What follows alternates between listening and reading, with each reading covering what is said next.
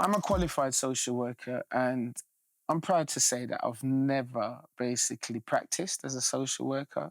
Uh, Many people ask me why. They say, "Why didn't you practice? You went through all of that hard work, and why didn't you practice?" And I found from early, I recognized that some of the social work that I witnessed left the situation worse than how they met it, and I didn't really want to be part of that.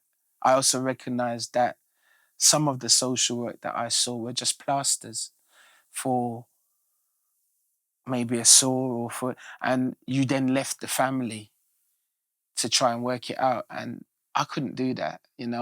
I would have too many questions. If a manager asked me to just go in and do that, I'd have too many questions. And I think that we cannot put a timeline on intervention when it comes to working with children and families. You know, you have to stay until the job's done. And so, therefore, that's why I've never practiced. I created my own CIC, which is called Be Empowerment. And the aim was to strengthen families, young people and families, so that the relationship is better than how we met it. We stand by our little motto. It says, "Better starts with B," and that's who we are. Be educated. In my capacity as a worker for Be Empowerment, I wear many hats. I can't just be a director. I have to be a mentor. I can't just be a mentor. I have to be a family practitioner. I just can't be a family practitioner. I have to be a facilitator, and the list goes on because working with families, basically, you have to be multifaceted. You have to have skills to be able to engage, to empathize, to understand, to be relatable, to be culturally aware of what's going on for these families. And I felt that I wouldn't and couldn't get that being a social worker. I aim to create a film that realistically portrays the challenges of knife and drug crime. And basically, what I wanted to also highlight in the film was the parent child relationship and how that basically can have an impact and an influence on the person, the individuals, the characters' personalities. So for me, I wanted to create a situation where for people to be able to empathize with both mom, dad, and also equally with the young person. The film in itself captures all of these kind of varying emotions at different times. And for me, it portrays what's happening. It was about presenting the struggles, looking at the balances. And you know what it is? I'm a firm believer that parents, when they have children, they always want the best for them. And at times, being a parent, because it doesn't come with a manual, we can sometimes get things wrong because we want to also in wanting the best for our children. Sometimes some parents may go out and do the wrong things, and in this film it clearly portrays that dad wanted the best for his child and he felt that he shielded him from his lifestyle.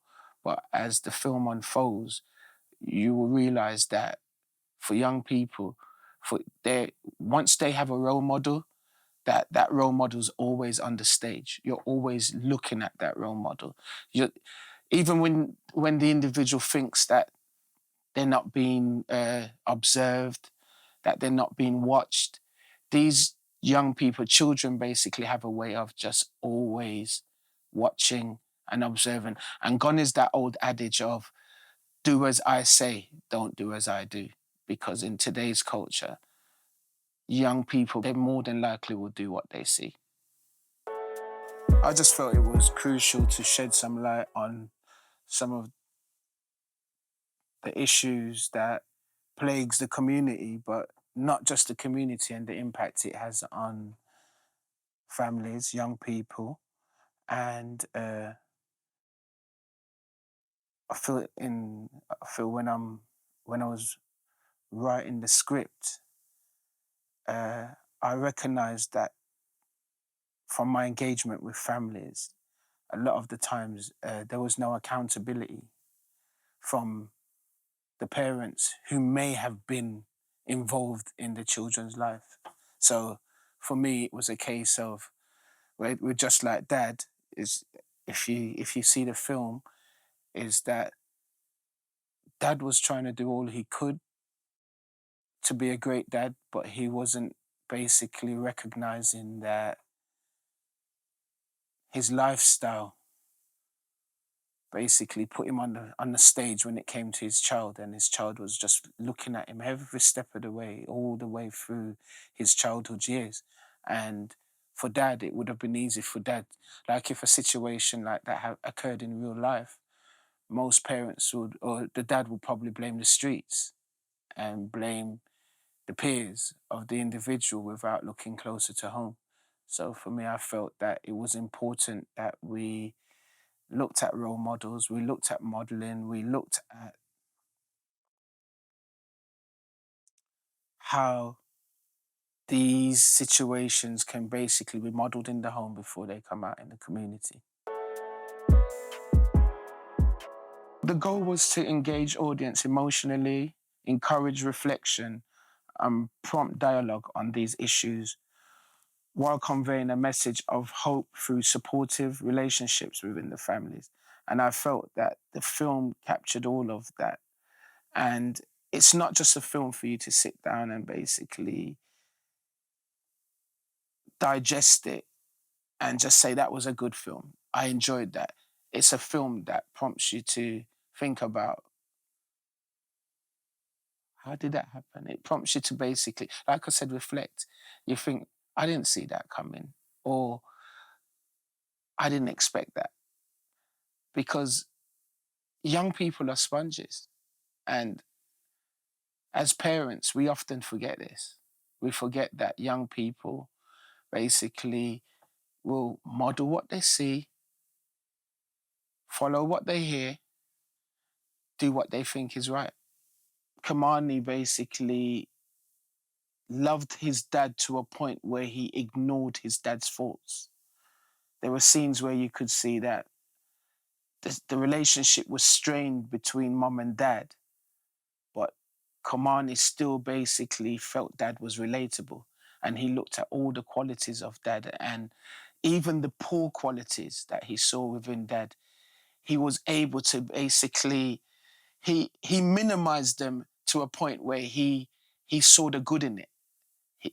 And maybe that's something that children do, especially if they love you. They will ignore all the negative connotations of things and focus purely on the positives. And I felt Kamani done that throughout the film, even when dad basically was being a tyrant, even when dad's actions were basically abusive, even he he he he kind of glorified them. And those dad ignored that. It's not that even that dad ignored those things, dad didn't see them. I think dad was in awe of trying to be a good dad for his child, and happy that his child looked up to him, that he didn't even recognize when he was leading him down a path of destruction. The digital age is very instrumental in how we receive information, be it Instagram, Snapchat, all of these platforms. And we do have a lot of influencers and creators out here that are creating some dynamic kind of short films and skits, which are all brilliant and amazing.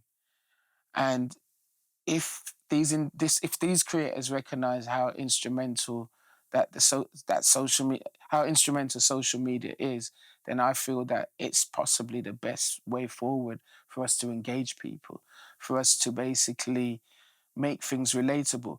Gone are the days when the person on the screen was somebody who basically had to go through acting school. You're seeing relatable characters on the screen. You're seeing people that look like you. You're seeing people that speak like you. You're seeing people, and what we are seeing here is that I've always basically subscribed to this kind of quote where it says opportunity knocks, But I believe in kicking off the door, and I think that's where we're at right now. These people who are coming through probably wouldn't get into Hollywood. They probably wouldn't get in. They probably wouldn't get BAFTAs. They probably wouldn't. But they have a story to tell, and I think they're telling it well. And if we're looking at the digital age and social media, then why not? We've gone through the time of when music influenced people, and we all know. I know that for me personally, music played a huge role in my childhood. Remembered listening songs and wanting to emulate the lyrics from the songs, but now we're looking at the silver screen, which is now no longer the silver screen. It's pretty much there. You've got a camera, you've got a phone, a smartphone. You can change lives, and I think that this is what needs to be done, because the narrative is very real when it's close to home. The narrative is very real when you come from a particular place that is plagued with particular issues. The narrative is very real when you don't have anyone telling you, oh, we can't have that, or we don't want to screen that, or that's a bit too harsh, or that's a bit. So I feel it's important, and it's very real that it's one of the best mediums that we have out there. What I would say that is missing for a lot of young people is guidance and support and discipline. And when we say discipline, we're not talking about old school discipline, which basically I read and I see constantly on posts on Facebook where people are saying these kids need to be beaten, these kids need to be uh, smacked or whatever. We know that violence begets violence. Some of the most violent individuals out here were smacked and were beaten, and it didn't do any good for them. Not because it may have done good for you, you feel you can apply it to someone else. When we talk about discipline, I think they often forget that the word discipline doesn't mean to physically chastise, it means to teach. And I think we need to go back to basics when it comes to engaging our young people and be relatable, be able to understand them, be able to build and foster a strong relationship. It's easy for a lot of adults to basically turn their backs on their children once they're 12, 13, 14, 15. You think they're independent. Do you know what? That's when they probably need you the most. Because when they are babies, from maybe 0 to about 9, you're there every step of the way because you feel that society is an influence in them. But if you're there every step of the way from 0 to 9, when there are 9 plus and they're now going out into the community, you're failing them if you're not there. Because if you're not there, who's there? Who is there? If it's not you, then it's someone else. And who's that someone else? Most parents never know. They don't know. Most parents will say, well, I've given them the skills. And we've all been young, and we know that at the end of the day, when parents have given us skills, it doesn't necessarily mean we're going to go out there and use them. I know many martial artists who have trained in martial arts for years, years. And if it came to a street fight, they forget it in a second. So what's that telling you? It's telling you that we always have to be there for our children. We always have to be offering the guidance. Be it a single parent home, be it 2-parent home, whatever. We need to be there. We need to make sure. And also, I think what is definitely lost in today's culture, for me personally, is that parents are on their own. When I grew up, there was a community that supported me, that protected me. If I acted out and someone saw me down the street acting out, believe me, my mom knew before I got home. That's gone. And then how do you expect children to thrive when the communities turn their back on them? There's, you know, we need to do better. And we can only do better if we go back to basics. That's what I believe anyway. Overall, working with Purple Lake not only resulted in a powerful and thought-provoking film, but it left a lasting impression on all those involved. Their dedication to storytelling and their ability to navigate topics with sensitivity and respect truly sets them apart. And David, he was an exceptional guy when it came to this project. Despite budget constraints, he was able to assemble a team that delivered a film that I feel is definitely needed. We definitely look forward to future collaborations with Purple 8.